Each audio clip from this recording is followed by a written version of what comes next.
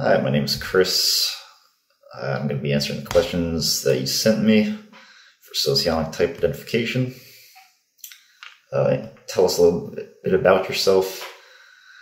So I'm from the United States, right outside New York City. Actually, I just graduated college last May with a degree in civil engineering, and I am now an office engineer for a fairly large movable bridge project down in a different city. It's like 40 minutes or so away from where I live. Basically, I just look over submittals, blueprints for the bridge. I try to help the inspectors out in the field with anything that they need.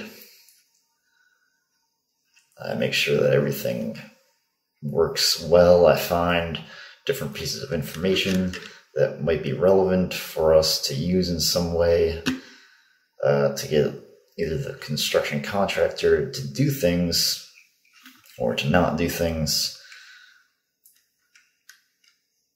It's also like money estimates, like paying them, checking how much work is done, that kind of thing. Why we decided to apply for typing from us. So I've been typed by a couple of other socionic typists, and I'm just mostly curious to see what kind of methodology you guys use and how you define certain aspects of it. All right, 2, give the definition of the following terms, at least one sentence for each point. Order is, I guess it's kind of like law. It's just having things go smoothly. Obviously the opposite of chaos. Having well-defined set of things that you need to do for everybody to do. Freedom is freedom of choice, I guess. Being able to do what you want to in a society at any given point in time. God, I'm agnostic. I don't particularly believe in any kind of higher power. Human being, it's like a sack of flesh that can make decisions. And obviously, we are smarter than all other animals. So there's power that comes with that. Morality, I guess it depends on the exact situation. Generally, you try to be at least a slightly decent person to other people, while still looking out for yourself. Betrayal, just somebody, I guess when somebody betrays somebody else, it's like this person trusted that person, and then they do something to attack the other person, basically. Work. Primarily I would say it's a way to make money, to live and survive. It's also a way to thrive and to gain power in a way. I guess it depends on the type of work, obviously. Boring person, I guess people that are always just going out to party and they never kind of develop themselves in any way. Yeah, I would definitely describe that as a boring person. 3, describe any event you remembered well. Meeting friends, etc. So I was in the United States Navy for a couple of years after I graduated from high school or primary school, whatever you guys call it. I was a corpsman, which is like a medic. I went on a medical mission to Palau, which is an island very close to the Philippines. And it was very different. I've never been to any place like that before. I learned a lot. I got to see a lot of new things. Nice trip overall. Basically, we were just going there because they don't have much healthcare over in that area. So it was me, I think 4 other doctors. Well, I'm not a doctor, obviously. I was a medic, surgical technician, and I just helped them. I basically sorted all the instruments, made sure that we had everything, and then I would set up for the surgery and help them, because the locals there don't really have much knowledge of that kind of thing. What events of modern world disturb you most? Why? What do you think has to be done to fix the situation? Very loaded question. Okay, so I'll just describe the situation in America from my point of view. That I think is disturbing is the rich and elite continuing to take more power from the lower levels of society, basically just grabbing as much as they can, and there's no way for people to get it back.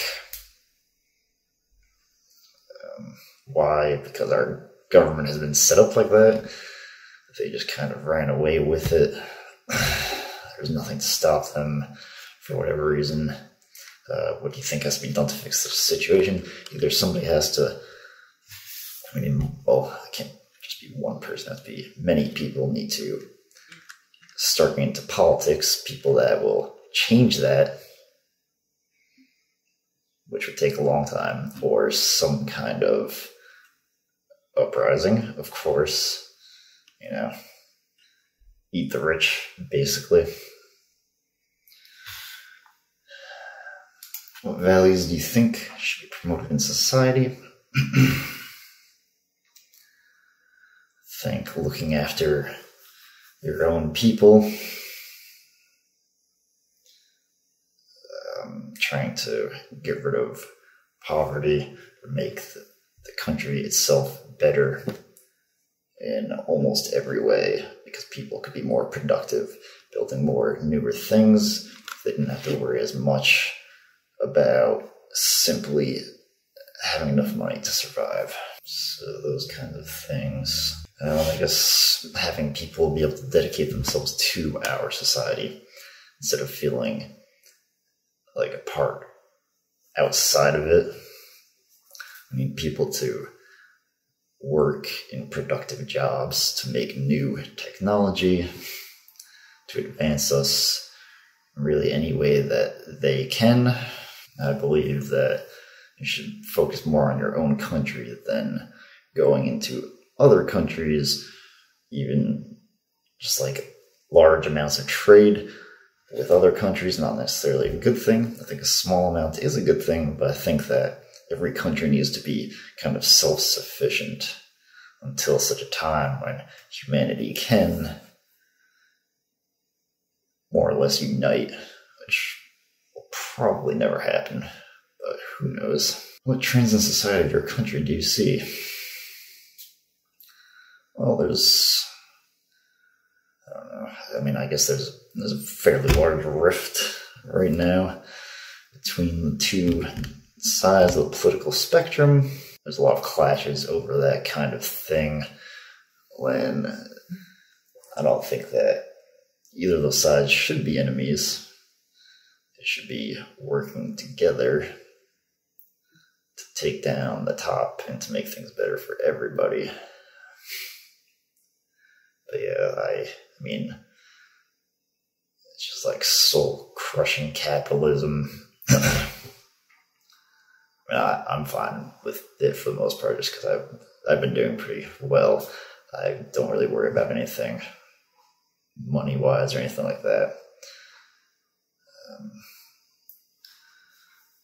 I know America is very work-oriented, kind of just try to making money basically as much as you can, no matter the cost, even if it destroys the country itself. I think there's starting to be more of an emphasis on things like infrastructure. It's very slowly coming around. It's obviously a very important thing. Moving people, goods from one location to another safely and efficiently is an extremely important thing, especially if a country wants to start manufacturing more, like for themselves, agriculture, everything like that to sustain a society. So I think it's starting to go in that direction a little bit, but it's hard to tell. 7. How do you feel about the fact that the borders of various states continue changing the modern world through wars and revolutions? Are these methods justified in your opinion? I mean, obviously every country is going to want more things, more resources. So I guess in a way, it's a very natural. The natural order of things is for people to want to strive for more. So, I think it's fine. I guess like the strong survive and the weak countries die off. Sometimes people need to revolt in order to make their country better. So I think that is entirely justified. Nothing's going to stop it anyways. I'm just trying to see how I'm doing on time for this. I do think that leaders of countries should be slightly more open with how they go about invading or, conducting any kind of business, at least with their own people. Sometimes. Tell us about the people around you. How can they be characterized? So I guess I can start with my girlfriend, who I live with. She's a very kind and a little bit louder individual. She's also very bubbly, generally speaking. She's pretty smart. She's a teacher for special education kids. So I definitely think she wants to help as many people as she can in whatever way. And I guess my parents, they're both okay.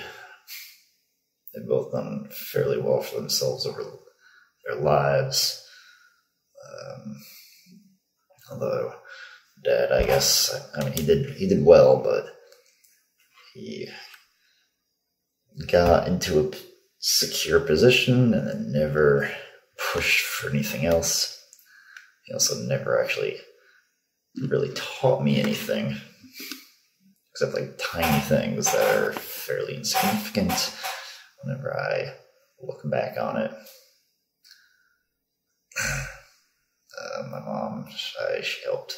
She tried to raise me and my brothers best she could, given those poor circumstances. We were never wealthy, but she did always provide for us. 9, you have the inner circle people. How it is formed, what kind of people get to your circle? I don't know if I've really had a true inner circle for doing larger things.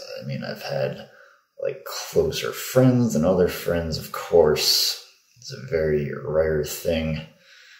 And I don't generally always think about it in that way, regardless.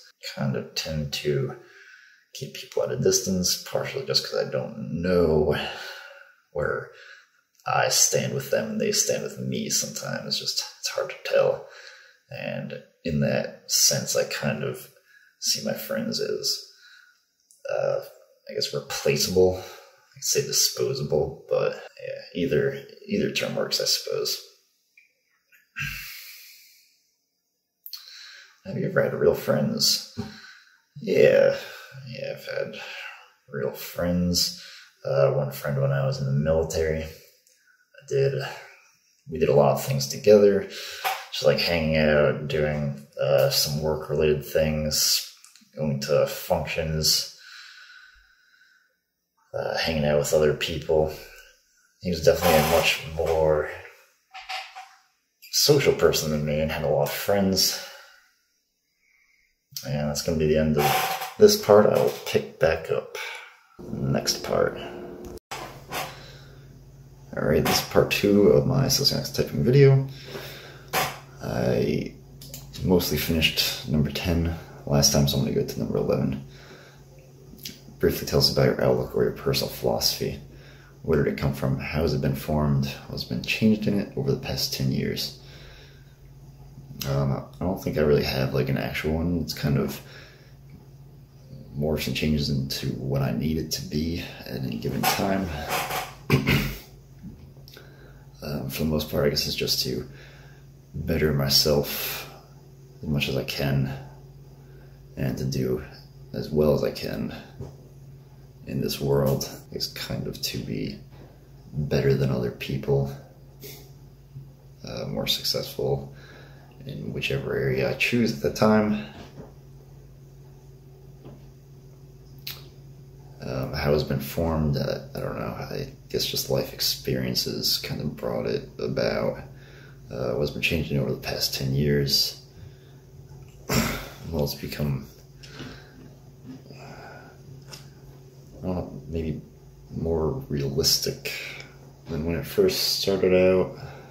I guess I didn't really have an exact direction at first, like 10 years ago. But I do have a good idea now, and I've been working towards it. 12. In your opinion, what is the key to successful performance, if it is a scientific report? So scientific report, obviously, it's gather all of the relevant data. You need to know what you're looking for. You need to catalog everything that you get. You need to have something that you're generally working towards, some kind of solution or end goal, and you just document the steps from here to there with all the supporting data and anything new that you might find along the way. Performance by the musician, I guess it just has to be well played and something that people enjoy listening to. I would say that is mostly the point of music. 13. What skills or qualities you've been brought up by your parents? Not too much. I think my mom kind of taught me to look after myself, take responsibility, all that kind of thing.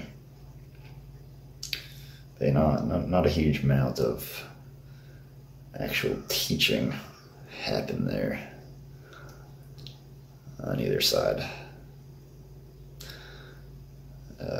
Perseverance, maybe, from my mother again.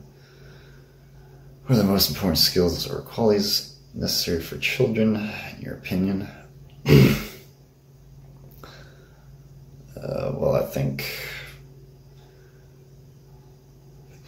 it's definitely dependent on the child.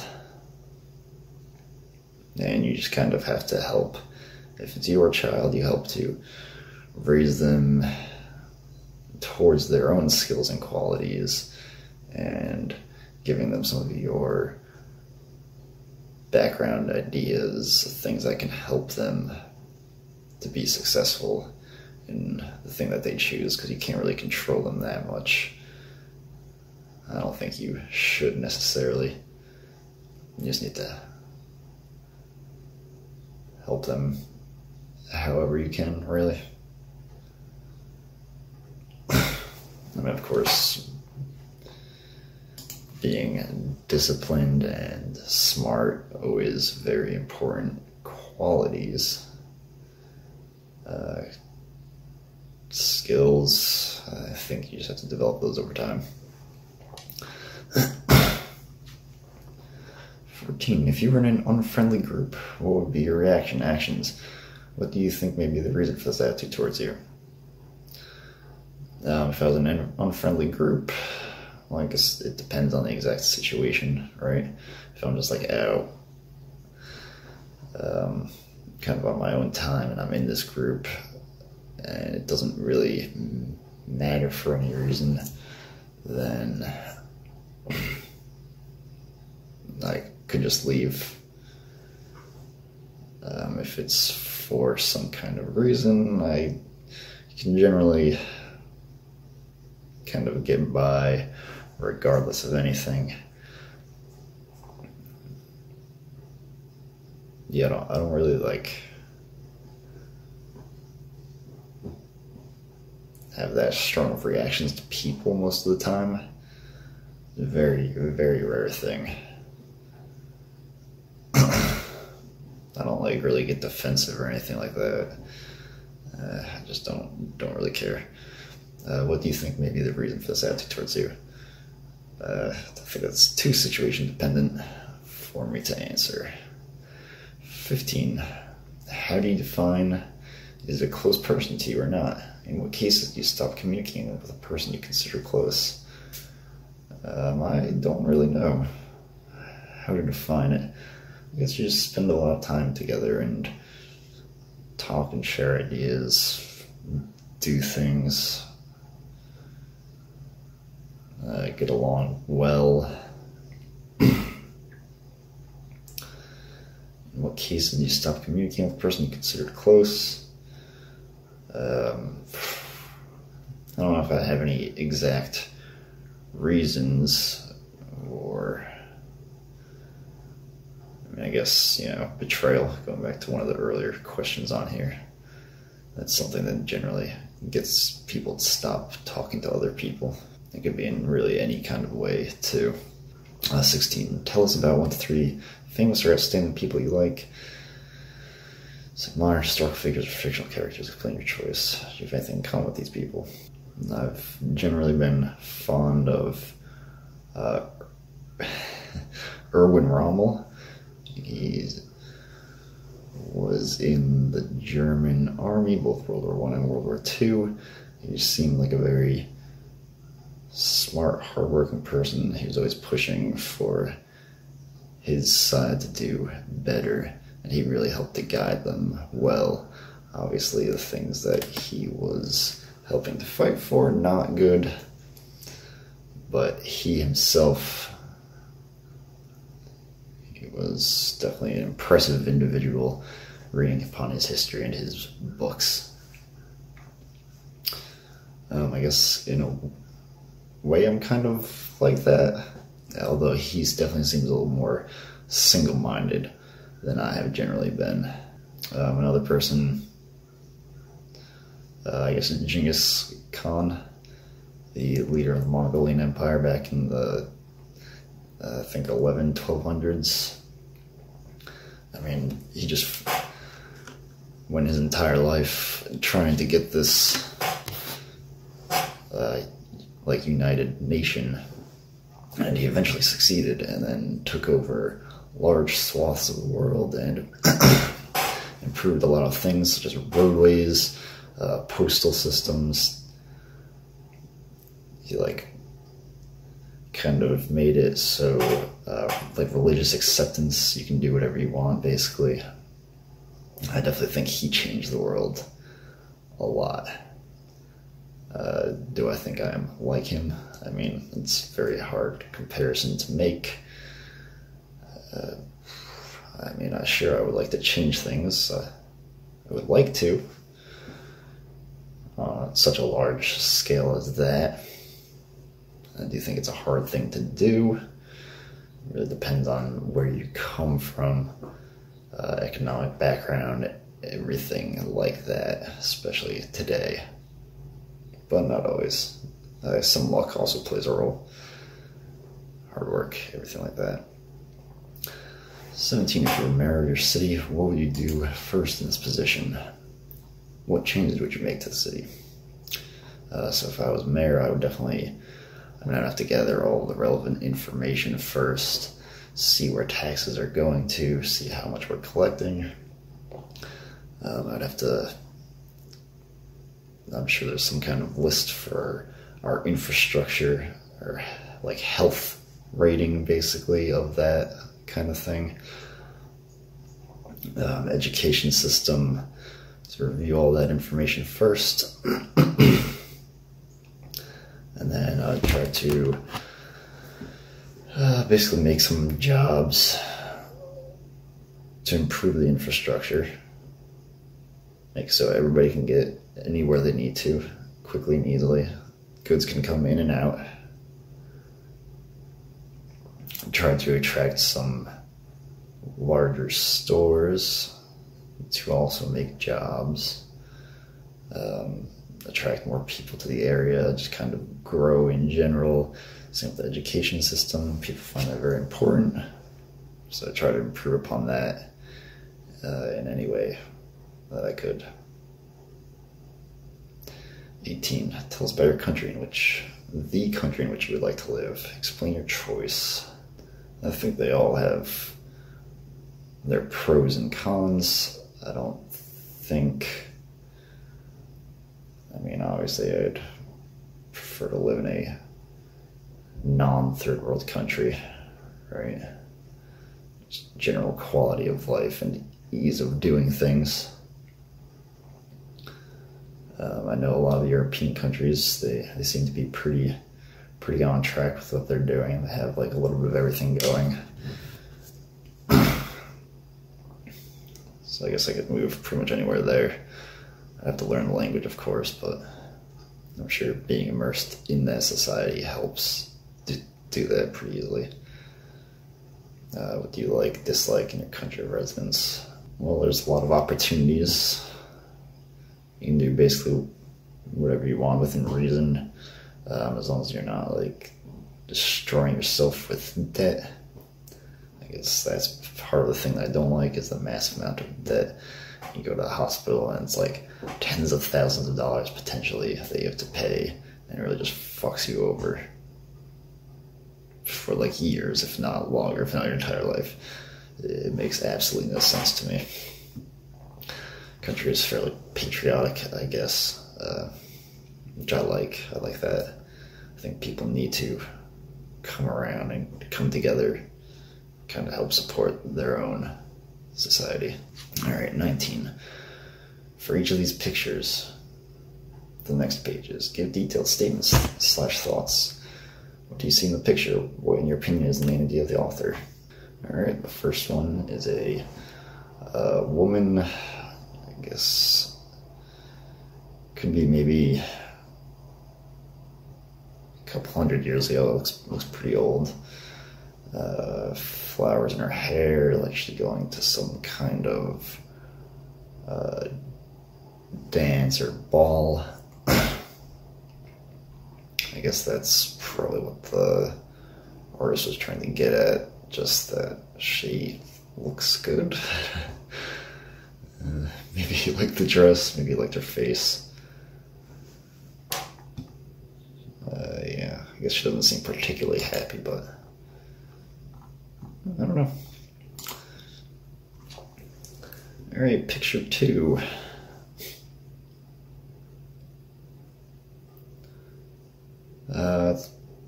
Looks like some kind of divine judgment coming upon the people, maybe. Just pure chaos on the ground. People running everywhere. Looks like they're going to start dying off. They're very concerned about what's happening in the back. Giant fireballs coming to kill them, so they're probably running for their life.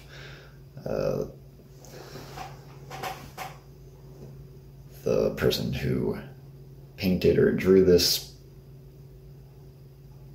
I'm assuming, is trying to allude to some kind of future troubles for the people because they don't believe in a religious authority, something like that, for to kill all the heretics as a warning to them, perhaps. Or he could be mocking it, but picture 3. Alright, looks like these guys were just hunting, and kind of like they're just chilling, just hanging out after a successful hunt, talking to each other, telling stories maybe about previous times, previous hunts. Maybe that guy looks like he's looking for it was like a bear or something last time he was hunting. He's trying to tell them about that. three guys hanging out, I guess. Dog in the background, chilling, obviously. Their hunting dog, right? Because they have some ducks, so it looks like a retriever dog to go out to get them, bring it back after they shoot it. Picture 4, I mean, okay, so obviously you could never sit in between two planes like this. First of all, the wind would just throw you off. You're going so fast to fly. And the chains attached to each wing. I mean, if those planes even part a little bit, break, and it's over. It's a very nice scene though, above the clouds. You know, just like chilling up there. I mean, definitely be a cool view experience if you were able to survive it in any kind of way. You would not be able to. Like maybe the author is trying to talk about how technology can help hold people up, to give them a nice view of things, maybe, which in a way is true. It helps us to appreciate certain aspects of life, I suppose. It helps us to survive and thrive easier than in the past. Picture 5. It's a ship. Don't know what flag that is. The Russian flag? It might be Russian. I'm not entirely sure. I know there's a couple of Russian and French, the same colors. There's a couple others too.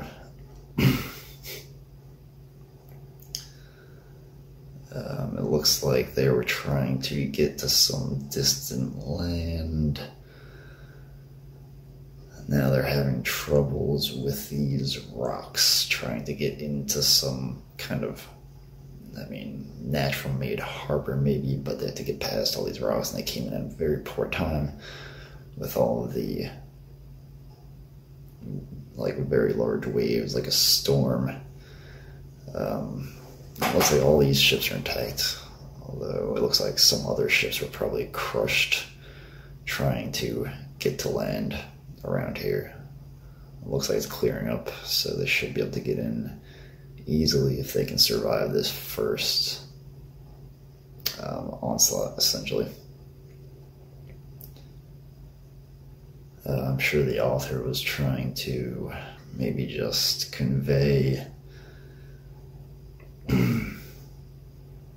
what doing things like this in the past were. It could be something like that. It could be something deeper. He's trying to say that there's always a storm before the calm. On the right side, it's, you know, kind of chaotic, and in the bottom, but in the top left corner, you can see the sun coming out, which means it should be calming down, less wind,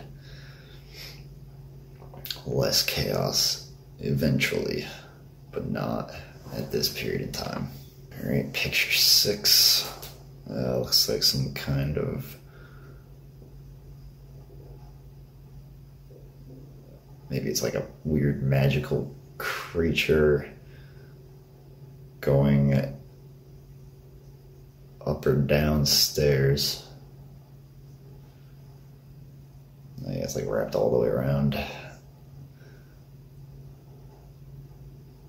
And I guess it could be like somebody's thoughts or ideas leaving the building, leaving their mind. I guess it just kind of makes you want to move, maybe. Move around, get going, doing something. I mean, it's always not like a time lapse or anything. It's probably painted before we had that kind of technology, like a bunch of people walking down at one time, just a single person in every step. I have no idea what the author is trying to convey there. What I said, maybe, I don't know. All right, picture 7.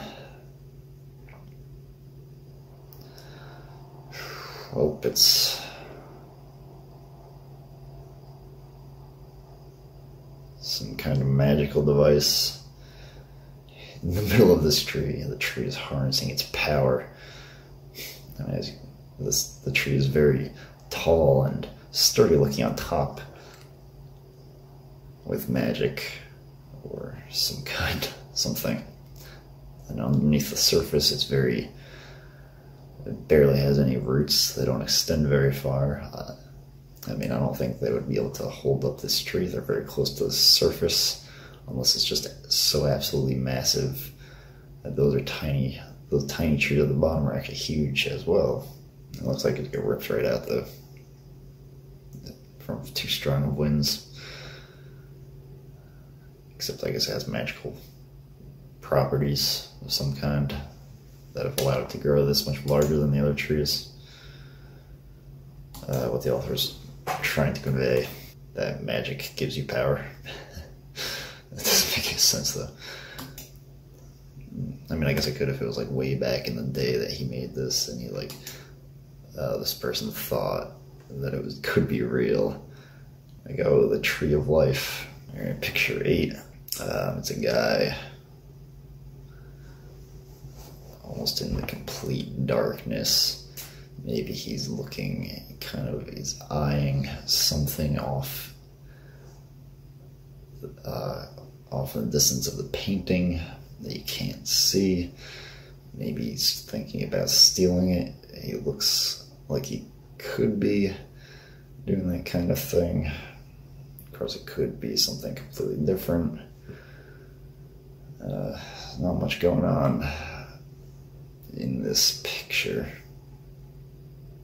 other than whatever his motives are, which I'm sure the person that drew this was trying to convey something. It was like timidity, confusion, desire for like an object that you can't see. Alright, picture 9. Well, the first thing is that the guy in the red is very obviously the center of attention here. Everybody's looking towards him. So he must be going over some important document that could be helpful to them in some way. This other guy looks like he's coughing into a bloody rag. So he probably has some kind of lung infection. They have less medical ability back in this time. So maybe he's going to die. Maybe somebody has recently died and he's reading a will to all these people. He's like the lawyer or something. I mean, they look to be well off. Very elaborate clothing and a nice looking room with some fancy statues. The author could be trying to convey maybe a sense of urgency. Like, we need to get this thing read. Like, hope, I suppose. Hope that you were left something decent, since you like this person and you just want better stuff. Alright, it's a murder of crows or ravens, maybe. Looks like they're conferring, they're having a meeting, probably to discuss who defends which territory in their land, how to keep the other crows out, because they are very intelligent creatures.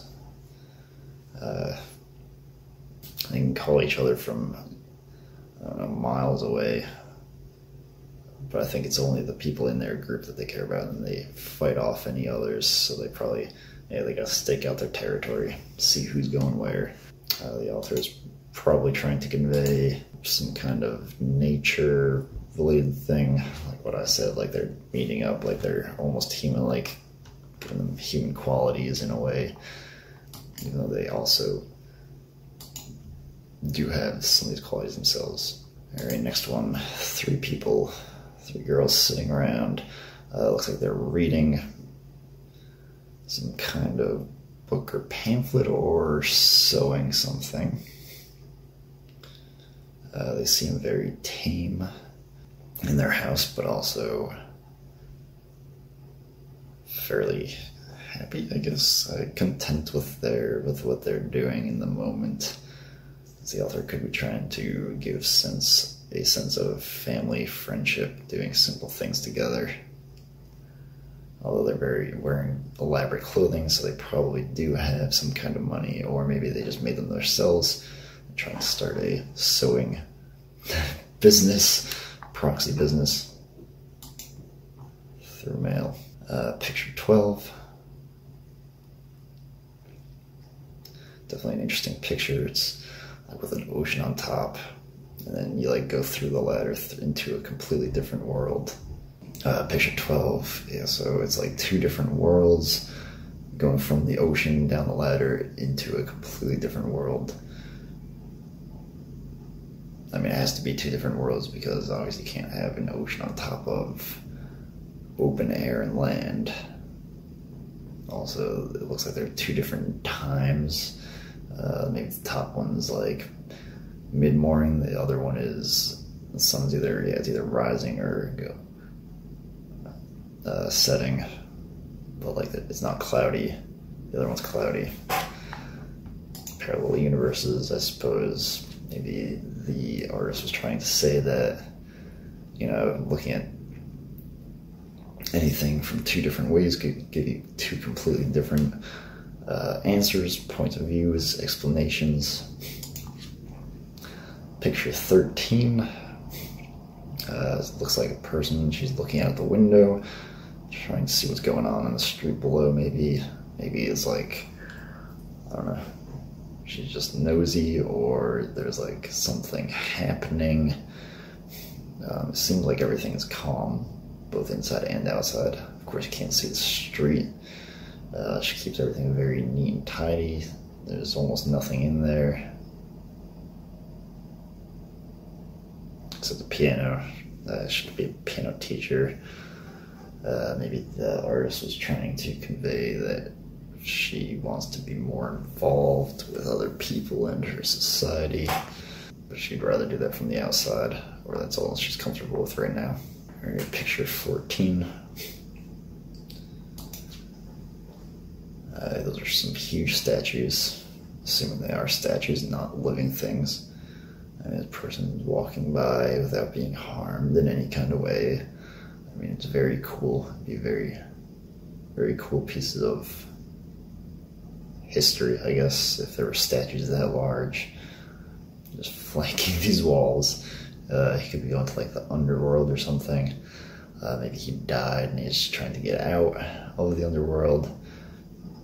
There's still birds though, so there's living creatures potentially. The artist is probably trying to show like a sense of hope in all kind of despair. Seems like he's been walking for a very long time. You can't even see anything in the background, even though it's all flat, completely surrounded by these giant figures. But I look forward to reading your analysis. Yep, I hope to get it soon. Thanks.